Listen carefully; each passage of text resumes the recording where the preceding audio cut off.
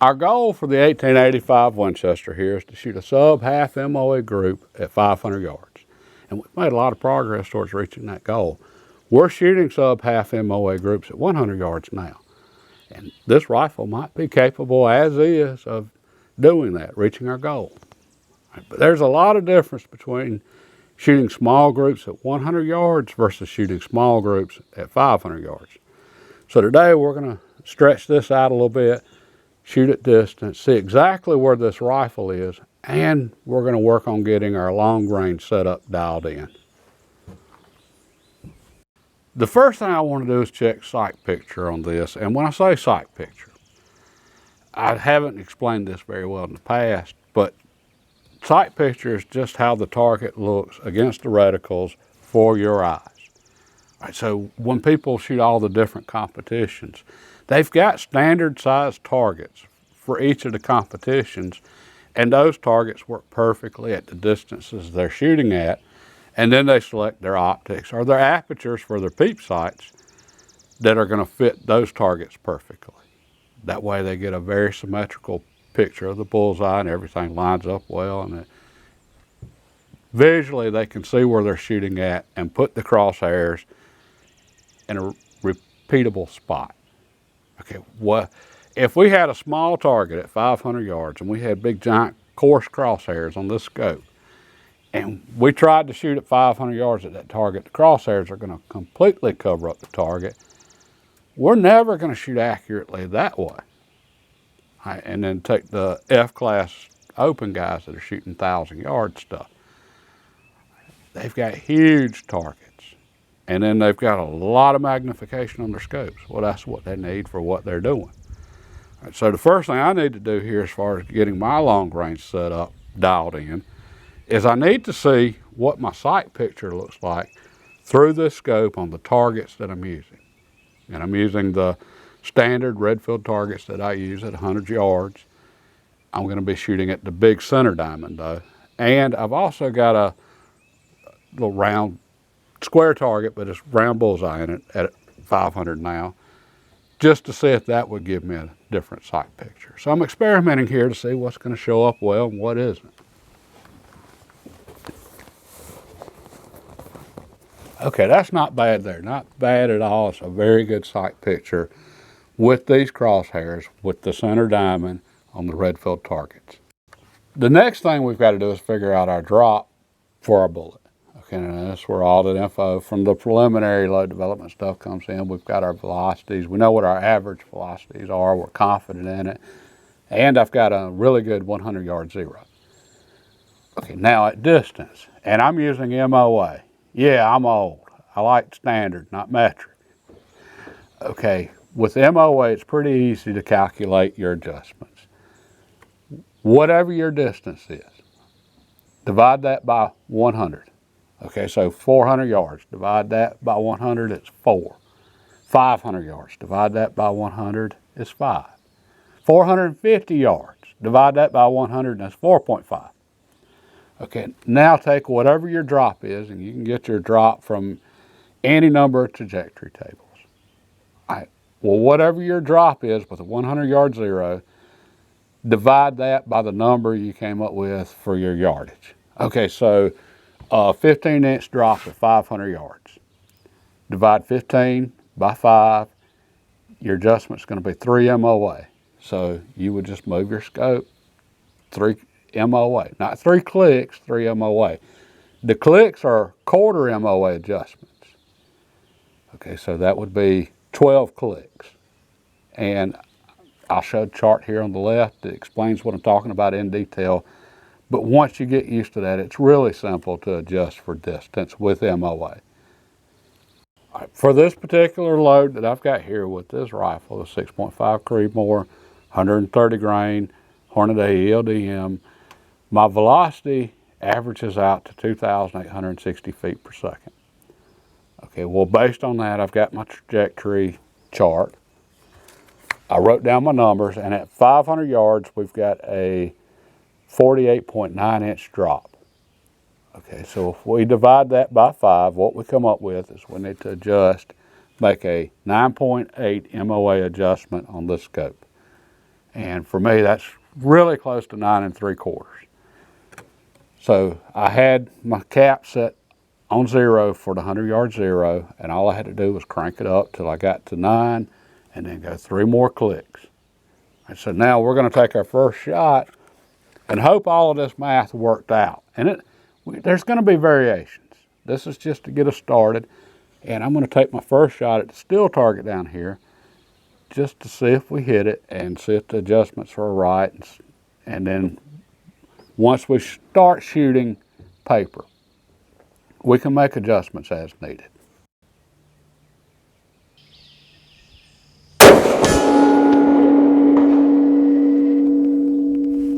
Okay, we hit steel. Now let's fire some shots at paper, see where we're at. We're going to shoot a 4-shot group and go from there.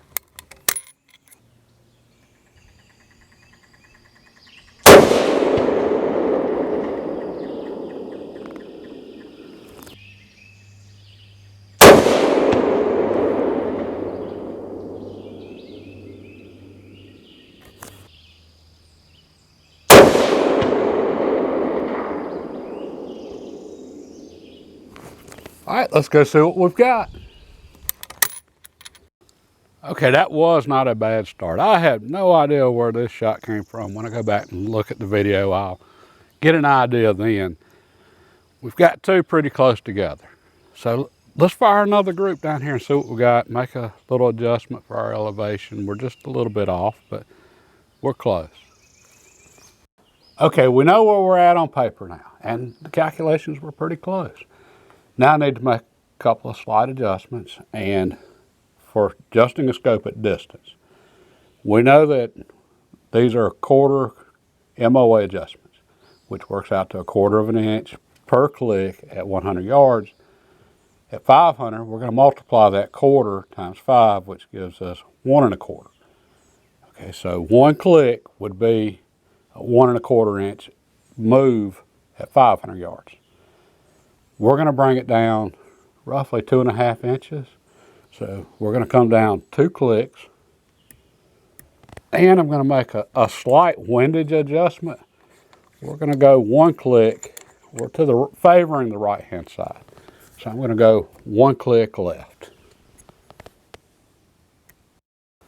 Now we're going to fire a 5-shot group and see what we get.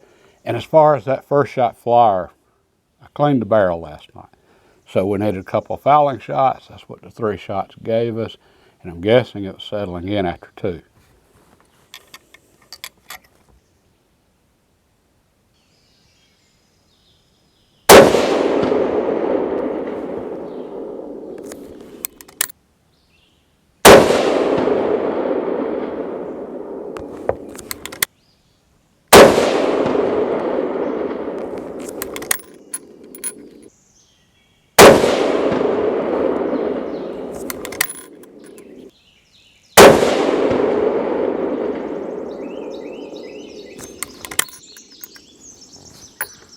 Let's go see what we've got. That was not bad. That was almost our goal right there for the whole project, which is sub half MOA, 5-shot group at 500 yards. And we've got 4 shots here that are well under half an MOA and 500 yards. 5 inches is 1 MOA. Half of that's 2 1/2 inches. So a shot group smaller, 2 1/2 inches or smaller. 5 shots, that's our goal. We were close. And as far as the variation, our variation's horizontally. That's good because it's not vertical. I was worried about getting variation due to inconsistencies in our velocities. This load's not bad, but it could have been a little tighter on the velocities, but it's not an issue at 500 right now. I've just got to work out the horizontal, and I know exactly where that's coming from. This is the first time I've shot off of these benches. Art, the gentleman who built these benches, recently finished these, and he did an outstanding job. Way to go, Art. But for me right now, I'm not used to this bench. And so what's happening is I've got the rifle with the way this cutout is and my rest. I'm having to get the rifle too far to the right of me. I'm not getting behind it. All right, so what's happening as a result is when it recoils back, it's this way or this way. It's not coming straight back and staying there.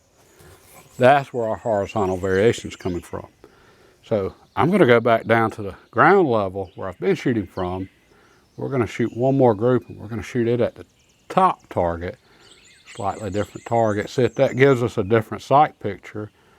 See what we get. Okay, we're back on ground level. I don't want to say this is better.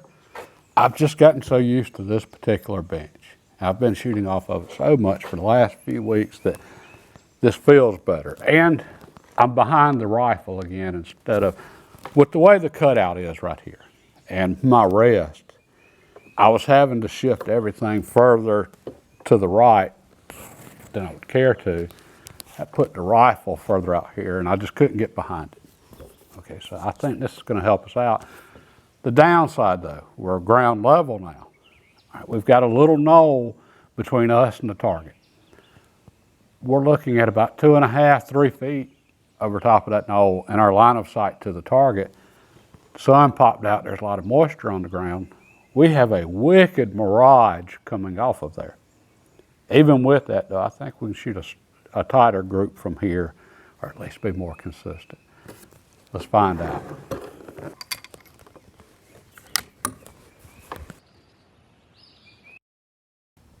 And that's where the main camera battery died at. And those were my last 5 cartridges, so there was no do-over on that one. But that's okay. The shot group did open up on that last group on the shoot and see. The details on this target were just too fine at that distance in that mirage. And all I could see is just a black blob floating around out there. Okay. We set out though to try a couple different targets to see if we could get a good sight picture on one of them with this scope at that distance. And we did. My standard Redfield target that I use at 100 yards, the center diamond on it was perfect for that distance with this scope. Okay, progress. We also verified the bullet drop out of this rifle for that load. And it was actually shooting a little bit flatter than the calculated value today under these conditions. Okay, we tried a different bench and from an elevated position. Nice bench, it just didn't work for my front rest. Just the way the cutout was. The cutout was a lot further forward. And anyway, okay, so I know I need, when we go to shoot for record, I need to be on the ground level bench. That just works out better for me. I also learned that when we go to shoot for record, first of all, I need to get there early before the sun gets up and starts beaming down and we get that really bad mirage off that little rise between us and the target. And that target, the stand it was on, we just put a piece of plywood just for the targets today for this. Normally there's steel down there that shoot at. Okay, that's not a very stable stand. So when I do go shoot for record, I got to make sure there's no wind. I actually noticed when I was putting all the footage together from today that I could see the target actually moving a little bit in what little slight breeze there was. And there wasn't much breeze, so any wind at all, there's going to be movement. Okay, so hey, we made progress. We accomplished what we set out to do. And we accomplished something else. I wasn't sure if we were actually going to need to do a final load development. And for me, final load development is just tweaking your load. Okay, so length testing. Length testing can potentially shave a little bit off your group size. And I was prepared, depending on what we saw today, to go back and do the length testing or do the ladder test with the different charge weights at 500 yards. Do that over again if needed. I don't think it's needed. I think we're where we need to be with this rifle. Our second group, we got a 5-shot group here that measured 3 inches, 420 thousandths of an inch. And then 4 of those shots measured 1.6 inches. Okay, that's almost a quarter of an MOA on the 4 shots. That's 35 thousandths of an inch from being a quarter of an MOA. I think that load's going to do what we need to do. So the next time we go to the range, it's going to be for the record and trying to achieve our goal for this rifle of shooting 5 shots under 2.5 inches, half MOA at 500 yards. Okay, now what I need from y'all is, how many chances do I get? If I fire enough shots, eventually I'll reach it. Okay, do I have to, for this rifle, to reach that goal, do I have to make it on the first attempt? Do I get 3 attempts at it? Comment below. But I do need a limit. And that's what we're going to do. Next time out, we're going to wrap this up, and either it makes it or it doesn't, but we're going to be shooting on the record next time and see if we can achieve that. And one last thing before we wrap this up for today. I had said last time that I was going to make a list of the most important factors for reloading as far as for accuracy, starting with the most important. I think that needs to be its own video, because that gets into some other things there that I think are really interesting, like the Pareto principle, which states that oftentimes 80% of your outcomes controlled by 20% of the causes. Okay, that's a big deal for reloading. That 80% of our accuracy is controlled by 20% of what we do. And I'm going to say the 20%, the most important by far for accuracy, for coming up with an accurate load, is getting the right bullet and powder combination. I mean, by far, that's the most important.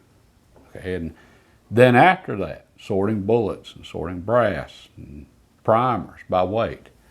Well, that's getting into natural variation. Okay, and what we're trying to do when we go sorting bullets, if we weigh 100 bullets, we're going to have an average weight that most of them are going to be that average. But then we've got the occasional one that's higher load, the extremes. We're trying to eliminate those extremes when we do our sorting. And by my thinking, we're not really improving our accuracy so much as eliminating the occasional flyer. The occasional flyer that's not caused by us, the shooter. But anyway, we'll get into that then. And after this, we're also going to develop a hunting load for this rifle, because then that gets into some other things too that I think are really interesting. And for me, developing a longer range hunting load, not a long range, a longer range. I would never take a shot at a deer at 500 yards. I can obviously hit one at 500 yards. I wouldn't never take that shot. You saw what all I went through today, getting everything dialed in just perfect, changing benches, changing my setup, sight picture and all that stuff. We don't get to do all that hunting. So yeah, I would never shoot at one at 500.